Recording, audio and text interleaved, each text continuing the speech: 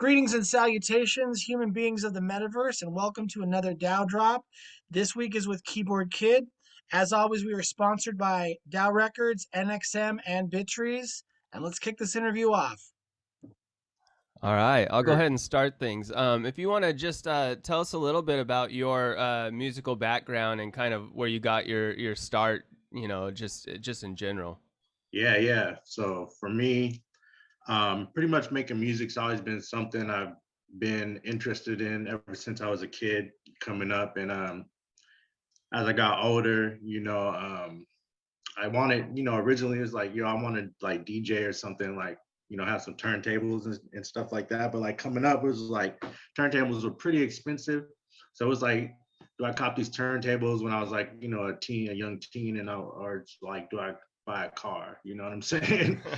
So pretty much I was like, man, but I still really want to make music. So I got into like computer software and pretty much was able to figure out how to get my hands on like a version of Fruity Loops. And man, it was history from there. I just started, messing around. And then it got to the point where people were like, yo, this is pretty dope. You should get somebody to rap on it. And then for me, like the musical, like, I guess professionalism, the professional side really kind of took off probably like 2012 or so. But I really got into it before that, like, like 07, 08 or something. I on MySpace, I met Lil Yeah. B, the bass god, Lil B from the Pack, from the Bay Area. And basically I met him through MySpace and we started exchanging music. He really liked my beats. And we became friends from there and just kind of our relationship grew. And then, man, he had a lot of viral success, kind of an innovator of the new era of like self marketing, getting out there, getting your music out there on the internet. Yeah, man. So pretty much from there, it just kind of grew, and I just got into doing live shows and things of that nature. And but yeah, man, that's pretty much the background. I got probably about 50 self-release records. That was one of the things that coming out was like very got me noticed was like how prolific I was with releasing music. And you can pretty much find that music on the internet. You could search iTunes, all the streaming services. Yeah. Yeah, But that's awesome.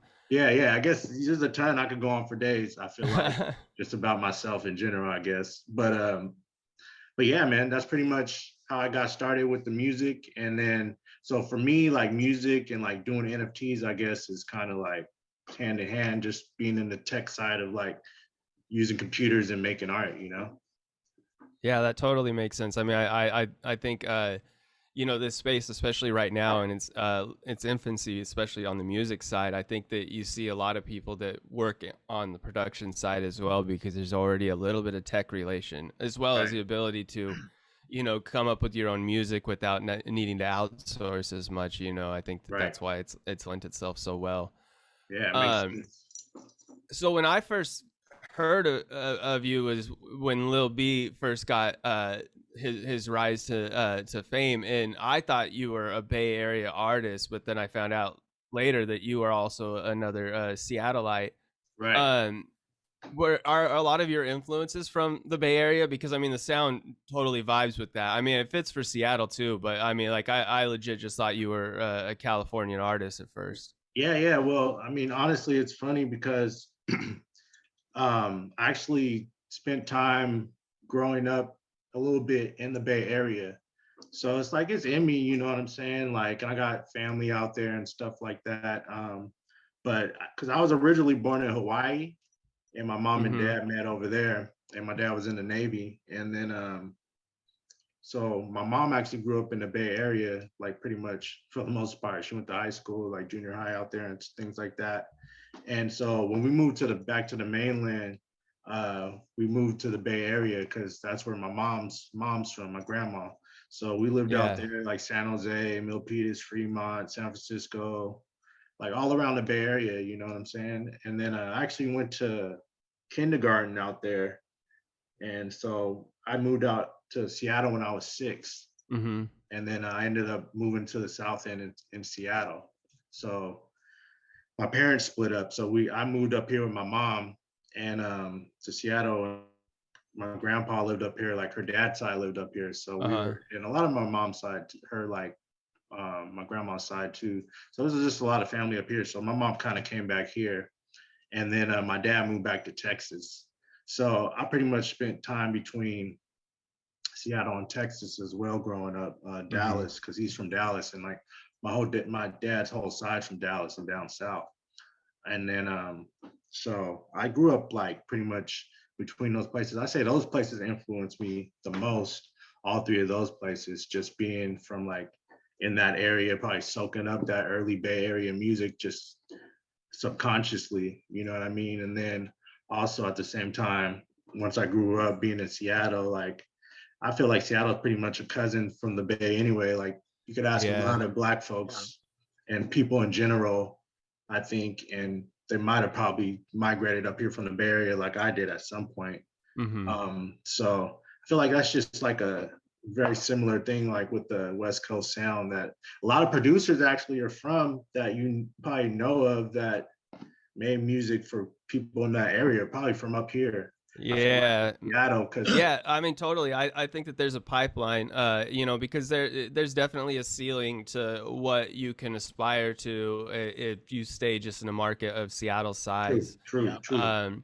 And I think that that also reflects, like, I know that for myself too, a lot of like West Coast, just in general, music of all genres, I identified with a lot as a kid growing up Right, in, I mean, I was in a small town in central Washington, right, but, you identify with anything that's vaguely reminiscent of your experience, and it's right, like, right. oh, if they Totally, can do it, I can do it. And those right, sounds, I think, definitely play a part. totally. So I can connect on that for sure. Yeah, definitely. Like, so I grew up listening to like a lot of California artists, probably underground artists and stuff too, like that I didn't even really realize back then. A lot of my older cousins, like I had older cousins that were like, I don't know, maybe like 8 to 10 years older than me. And they were all Yeah. like at that time, like in high school and doing their thing and kicking it, and they'd be around.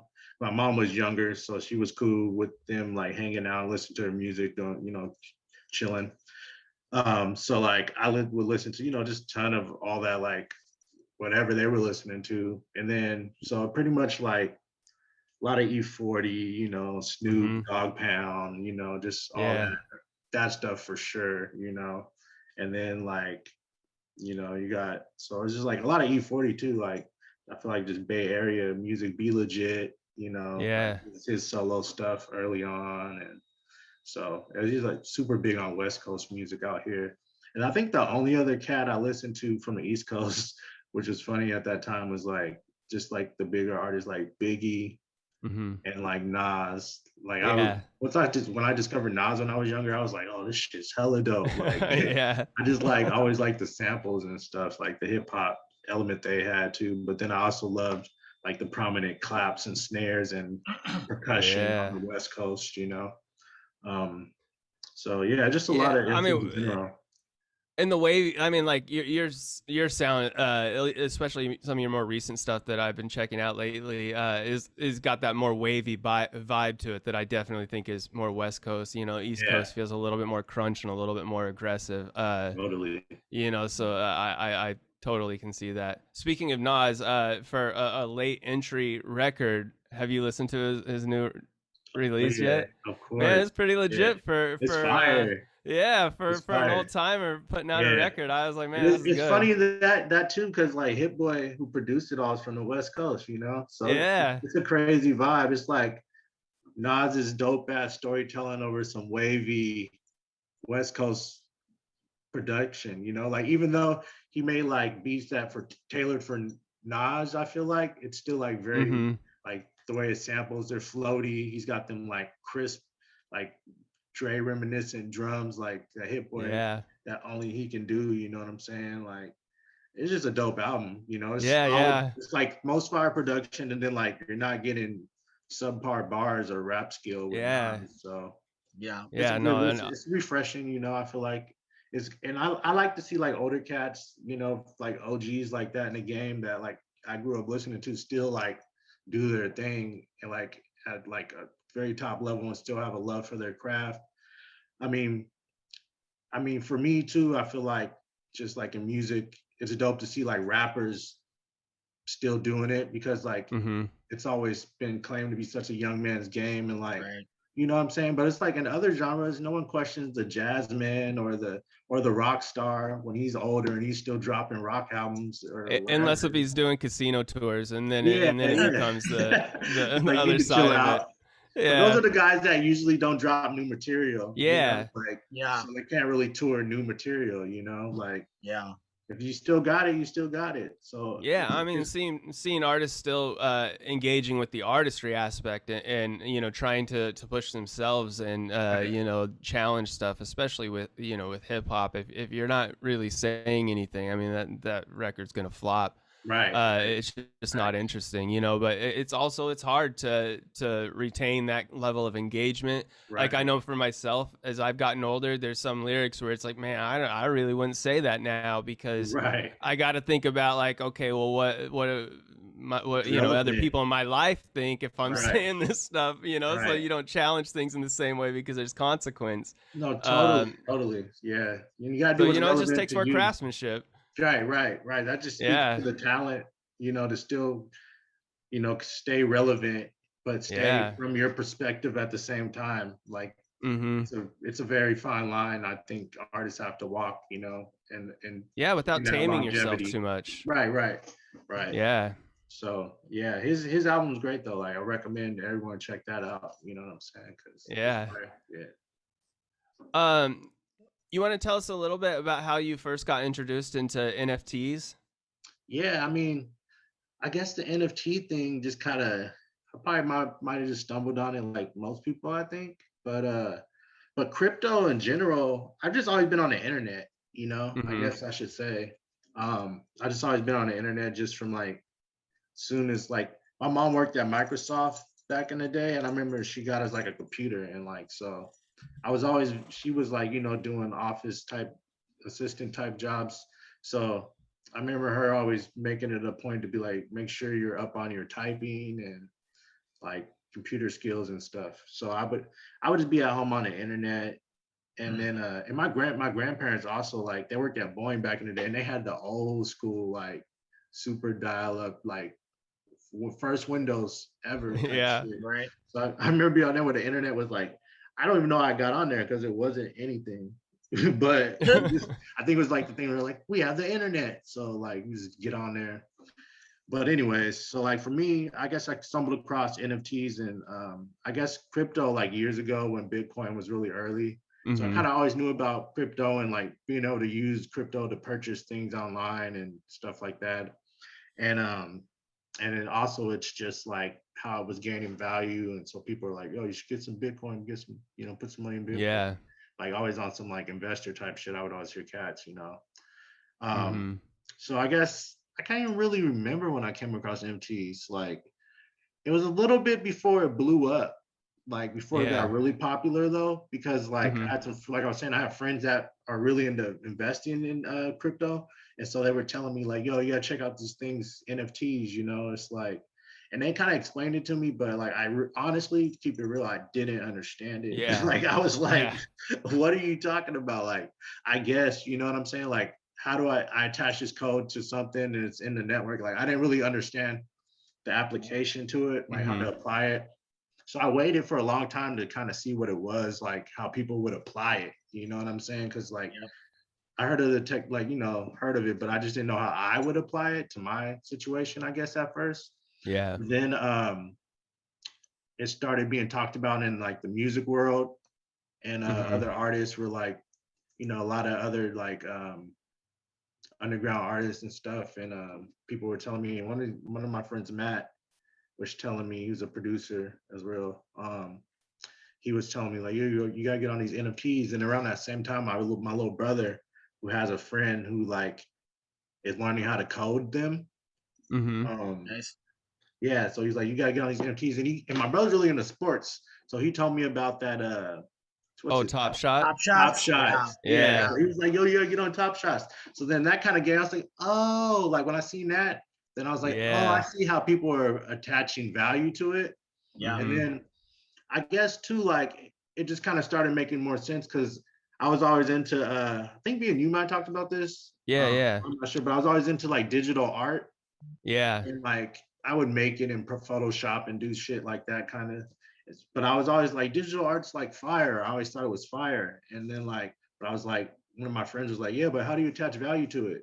And then someone explained it in the way that it was like, oh, with these NFTs, basically that's what it's Mm-hmm. Yep. doing. You can put a price on some digital content, and there's people that invest in it, and there's digital art galleries, and Yep. digital like worlds and realms and real estate Yeah. where you can go around and like check out the art in digital spaces. And I was like, yo, that's fire. Because then I also knew about, of course, virtual reality, Mm-hmm. then also AR, augmented reality, being a thing that was in the next forefront of like tech as well. Yep. So Yeah. kind of just all started to make sense from that point, if that makes sense.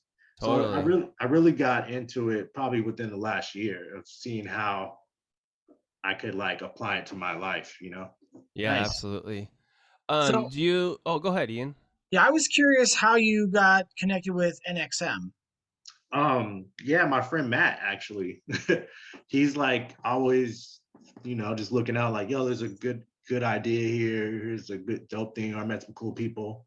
And so basically through Twitter, he introduced me and he was like, yo, would you be interested in doing a playlist? And so I was like, oh yeah, totally. I love doing playlists. And then he asked me, told me about their relationship and how they go through Audius, in which I had kind of heard of Audius. And so it was just a good time to check that out as well. So I made a playlist, and basically they're like, yo, we have a ton of other stuff going on if you're interested. And I also told them I made NFTs because I've been kind of also kind of like promoting that I'm into them, and Mm-hmm. got some that I've been working on with some other digital artists. And so they're like, yo, we got this stuff going on if you're interested. And I was like, cool, I'm definitely interested. And they were familiar with some of the stuff I've done, the work I've done, as far as like music. And so it just kind of made sense. Like, I feel like just from my musical background, just always wanted to take the culture forward and push things forward and try new things. And this being such a new um, lane in the game and just in the world in general. I'm a firm believer in crypto and like where it can go. So Yep. anything involved in it, I think I can get my hands in early and just be involved and just learn. I'm all for it. Mm-hmm. Nice. Absolutely. Do you know what track you're going to, or about the NFT altogether that you're going to drop for this DAO drops already, or are you still You know, figuring that out? I've still been figuring it out. I've been working. I'm very much like a in the moment kind of artist, and Yeah. Yep. especially I think I talked about it like with you, possibly just like with the family and stuff. So it's like Yeah. Yeah. I just get these time periods where I just like, all right, this is my goal, and then like I'll just like attack it. And then at the same Nice. time, though, I've had some time recently to make some new music. Mm-hmm. So I just kind of like to see what fits the vibe, you know what I'm saying, that I'm Totally. feeling at that moment. And then like either I'll make something, and for the most part, for me, it's always worked out that way, or I will go through something that I made recently and see if it fits the vibe. But Nice. I haven't Yeah. figured out what I'm gonna use yet. Because I think, if correct me if I'm wrong, we're looking to do it in the fall, right? Yeah. Yeah. In Yeah. October. Yeah, yeah. So like I'm thinking, so I always like to do shit that fits the theme of the time of the year. Yeah. I think it Yeah. gives Nice. a cool Got to little get a like, little spooky with it, you yeah, know? Right. October is always Yeah. fun. I've always done like some October drops too. So like Yeah. I've matter of fact, this shirt I got on right here was like an October shirt I did. Nice. Nice. That's Oh, good. I I like love that. that. Yeah. Like Jason. Yeah, I did Yep. that like I think like last year, the year You before. made that?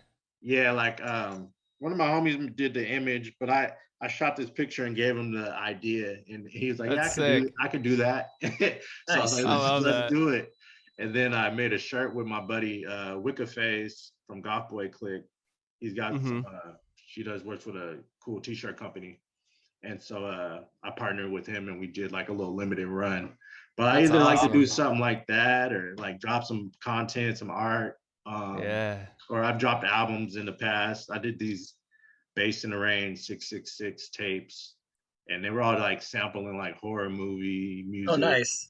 and weird Yeah, stuff like that. Yeah. So I like to, that's awesome. get experimental with it. Yeah. Do you have an artist like? So I guess since you don't know the music, right? You don't have necessarily an artist picked out yet either, because you want to make sure those vibes match too, right?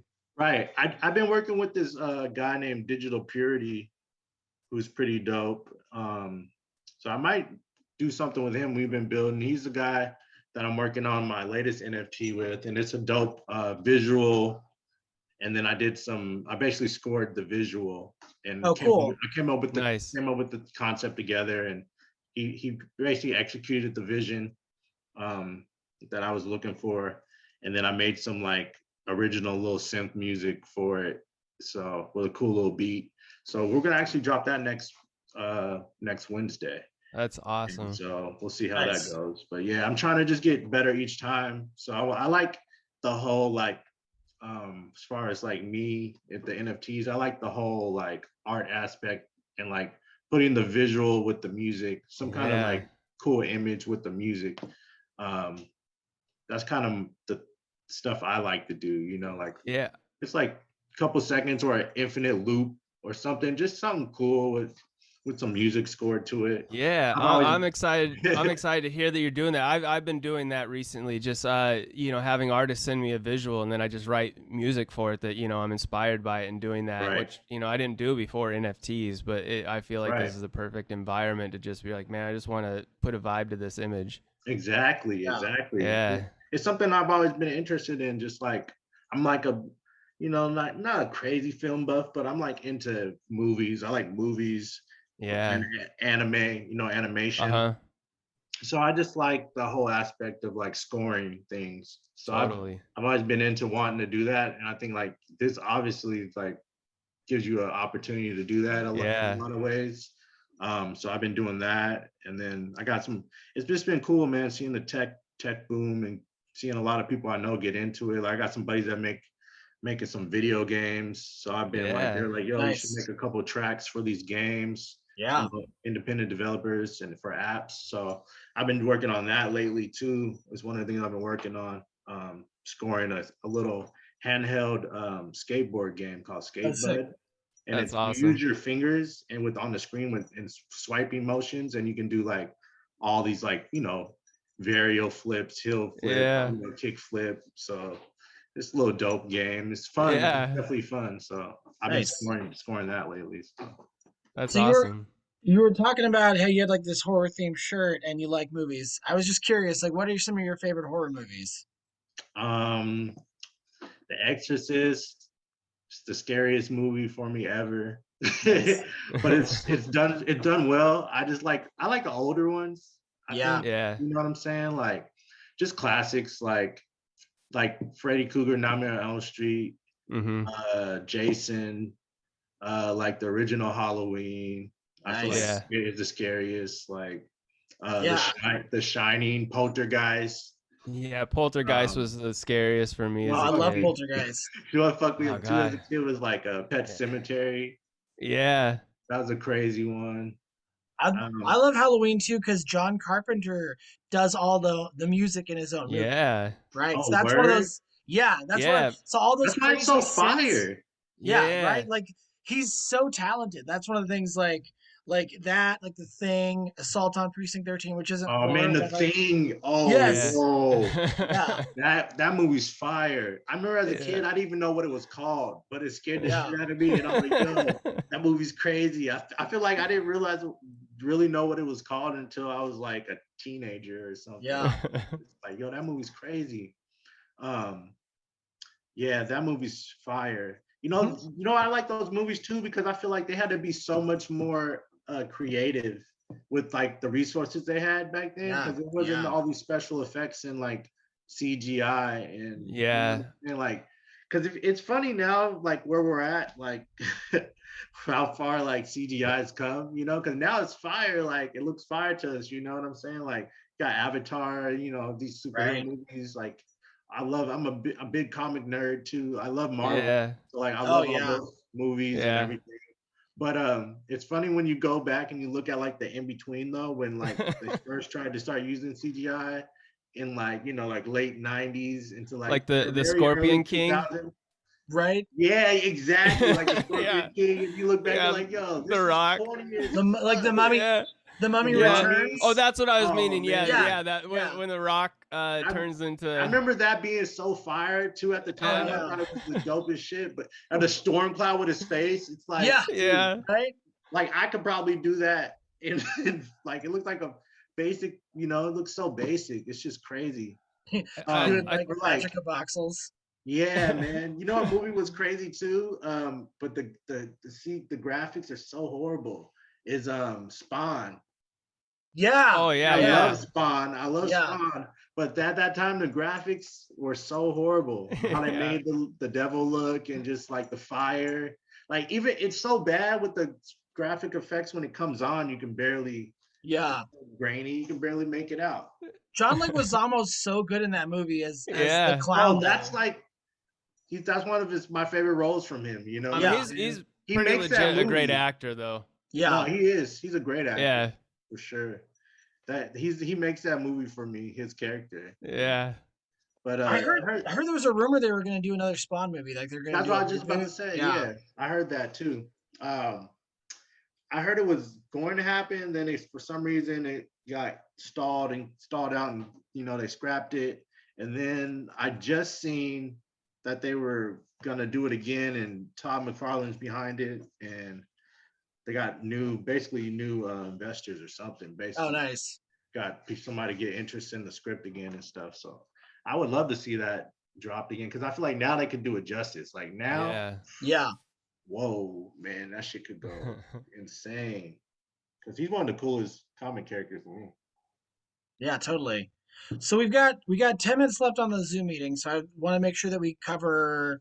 So we talked about crypto, we talked about uh your musical influences and like growing up in Bay Area, Texas and Seattle. Do you have any like shout outs you want to give out right now?